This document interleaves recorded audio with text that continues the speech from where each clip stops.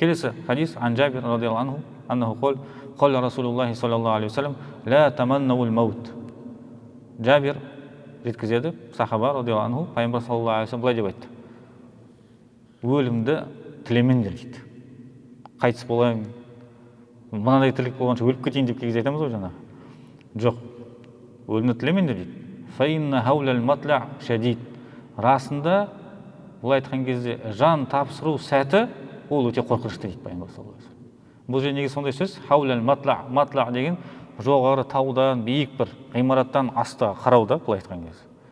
Қалай қорқынышты болатын болса, сонымен салыстырып жатырмын да. Сол уақытта өлімнің халін, күйін көру, соңғы сәт кешіру бұл өте қиын нәрсе. Білеміз, пайғамбар саллаллаху алейхи вассалам өзі бұл дүниеден өткен кезде қиналып өтті. Шынымен де өмірдің қайтыс болудың, жан тапсырудың өзінің қиыншылығы бар деп ол кісі өзі айтып кетті. Өте қиын дейді ол кісі. Ва инна мин саадатил абд ан ятула умрух ва ярзуқахуллаху инаба.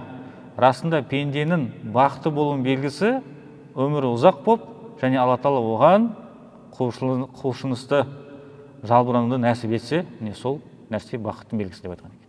Яғни өмір ұзақ болатын болса, ол бір жағынан көптеп жақсылық жасауға бізге себеп болады. Сондықтан да жалпы Алла Тағала адамды өмір сүру үшін жаратты. Бәріміз бір күн әрине қайтыс боламыз, бірақ бұл өмір арқылы, дүние арқылы ақыретке жетеміз. Сондықтан да дүние бұл ақыреттің несі деп айтылады? Дүние бұл ақыреттің егіні. Айтқан кезде. Бұл дүниеде қандай амал қылатын болсақ, қаншалықты көп сауап қылатын болсақ, ақыретте де соның жақсылығын көреміз. Сондықтан да бұл дүниені қатты жек көріп кетіп, тастай салу деген нәрсе ол да дұрыс емес дінімізде. Келесі хадис ан Абдиллахи ибн Умар радиаллаху анхума аннаху қол лау анна ахлал илм сону илмахум ва вадауху инда ахлихи ласаду бихи ахля замани. Абдулла ибн Умар, Алла Тағала разы болсын, одан да әкесінің Умар ибн Хаттабтан да ол кісі бүйтіп айтады: расында білімді кісілер, білім иелері, егер білімдерін қорғап айтқан кезде ақысын беріп, және тиісті адамдарға сол білімді үйретсе, көрсетсе дейді, олар өз замандарының мырзаларына айналатын еді дейді, құрметті кісілеріне дейді. Уалакиннахум атау бихи ахля дуния. Бірақ сол білім иелері дүниеге құныққан, дүниесі көп болған кісілерге сол білімді барып береді, жаяды, солардың разылығын алып, сол білім беруге тырысады дейді. Фастахаффу бихим, сөйтіп жаңағы дүниесі бар кісілер жаңағы білім иелерін төмен санап қояды дейді. Қор қылады дейді олар. Өйткені олар өздері келеді, өздері жармасады, өздері бір нәрсе айтқысы келеді. Сөйтіп оларды қор қылады. Қор көреді, төмен бір адам санайды.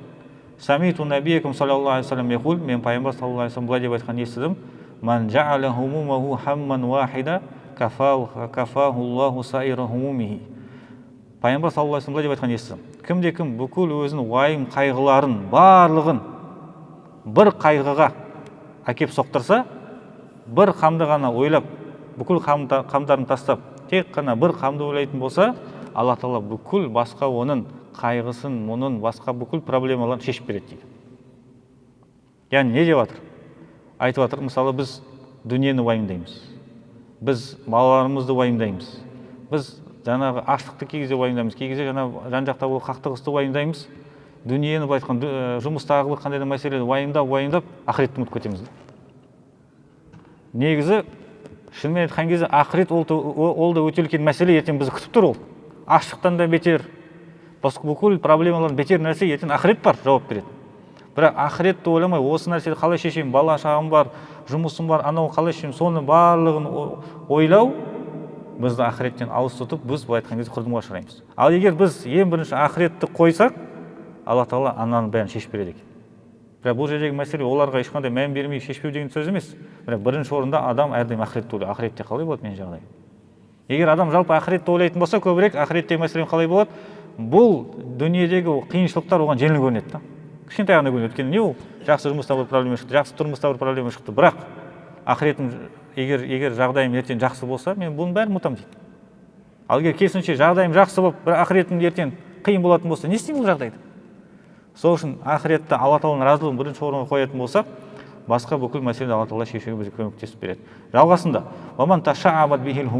кімде-кім бүкіл жаңа осы уайым қайғылар, дүние уайым қайғылар егер көп болып кететін болса, дуна ахвали дуния деп айтқан кезде, дүниенің бүкіл тірліктеріне ойлап, ақыретті ұмытып, соны тек қана ойласа, соны шешудің арқасына ғана жүгірсе, дүния артына ғана жүгірсе, ләм юбалиллаху фи айи аудиятихи халак, Алла Тағала ол қай сайда қайтыс болатынын мән бермейді дейді ол адам.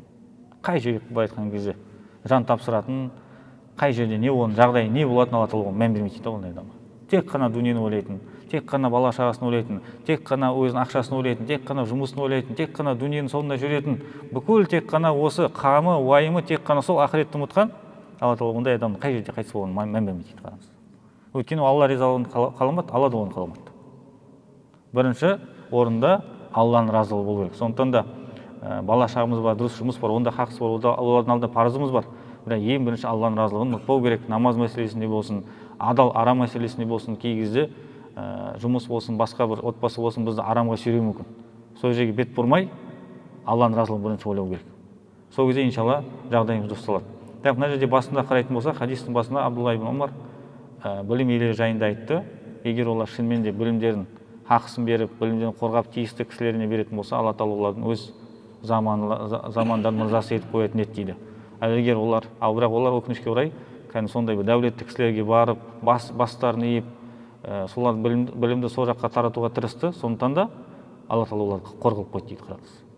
Сол үшін Абу Ханифа рахматуллахи жақсы сөзі бар, білім иелері, имамдар, ұстаздар, олардың сәлделері кем болсын деп айтқан, және жеңдері кем болсын, басқа адамдар оларды төмен санап қоймасын деп айтқан. Қараңыз. Имам Бухари радиаллаху анху жақсы бір оқиғасы бар, ол кісінің сол кезде тұрған, сол кезде Бұхараның әкімі деп айтылады. Балаларыма білім бер деп ол кісіге айтады екен. Ол кісі айтады екен, олар келсін, бізде мешітте алқа бар, келсін, қатыссын дейді. Мен білімді қор етіп, біреудің есігіне апармайын деп айтқан екен. Қараңыз. Сол себепте және басқа да себептер бар. Жаңағы әкім ашылу, сол себепте имам Бухари сол қаладан шығып кетеді. Ақыры соңында бір жерде қайтыс болады. Ол жалғыз, көп адам жоқ қасында. Қараңыз, имам Бухари радиаллаху анху рахимахулла қайтыс болып кетті. Бірақ оның білімі жайылды. Күніге ол кісінің кітабы оқылады. Күніге ол кісіне дұға жасалады. Қанша сауап алып жатыр. Қазір ол кісі былай айтқан кезде қабірінде жатыр, бірақ ол кісіге сауап барып жатыр. Тура сол имам Абу Ханифа рахматуллахи алейхи ол кісіде сен қази боласың деп айтты. Қази боласың, яғни жоғары сот боласың. Ол кісі бас тартты. Ол уақытта енді саяси кейбір мәселені қорытты. Болмайын деп айтты. Сол кезде жоқ боласың деп айтты. Ол кісі жоқ, мен лайықты емеспін деп айтты. Сен өтірік соғасың дейді. Қара дейді, өтірік соққан адам қази бола алмайды. Лайықты емеспін. Сөйтіп ол кісіні енді ақыры бір жерге зынданға қамап, ұрып соғып, ақыры ол кісі қайтыс болып кетеді. Тура сол имам Абу Ханифа рахматуллахи мазхабы ең кең тараған мазхаб. Ішіндегі шыққан ғұламалар ең көп ғұламалар. Өте көп кітабы бар, қанша ізбасарлар бар. Күніге ол кісінің кітабы оқылып жатыр. Ақидасы болсын, ол кісінің фихтан қалдырған ілімі болсын, бүкіл жерде оқылып жатыр, ол кісіге дұға етіліп отыр. Ол кісі сауап алып жатыр қазір. Қараңыз, субханалла. Өйткені олар ілімді тиісті кісіге бере білді, және де осылайша қауымдардың мырзасы, үмметтің мырзасы болды. Қиямет күнге дейін Алла Тағала оларға құрмет беріп жоғары көтеріп қойды.